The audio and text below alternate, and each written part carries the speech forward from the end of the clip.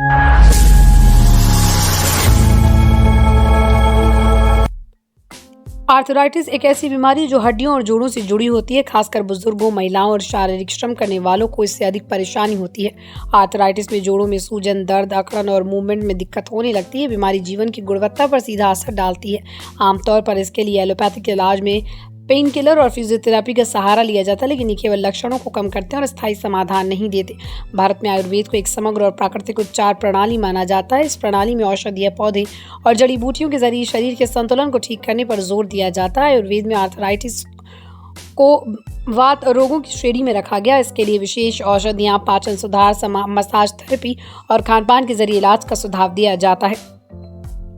पतंजलि अनुसंधान संस्थान, जो योग गुरु बाबा रामदेव और आचार्य बालकृष्ण के मार्गदर्शन में कार्यरत है, ने केवल हाल ही में आर्थराइटिस पर एक गहन अध्ययन किया। इस अध्ययन में उन्होंने आर्थोग्रिट नामक आयुर्वेदिक दवा पर शोध किया, जो हड्डियों और जोड़ों की समस्याओं में राहत देने के लिए बनाई गई। ये दवा पहले से ही बाजार में उपलब्ध है, लेकिन अब इसे वैज्ञानिक रूप से प्रमाणित करने के लिए विस्तृत शोध किया गया।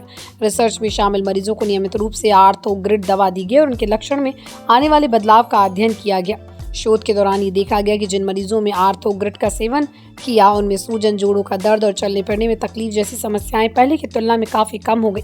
मरीजों की मूवमेंट क्षमता में सुधार देखा गया और उन्हें पेन किलर पर निर्भरता कम करनी पड़ी।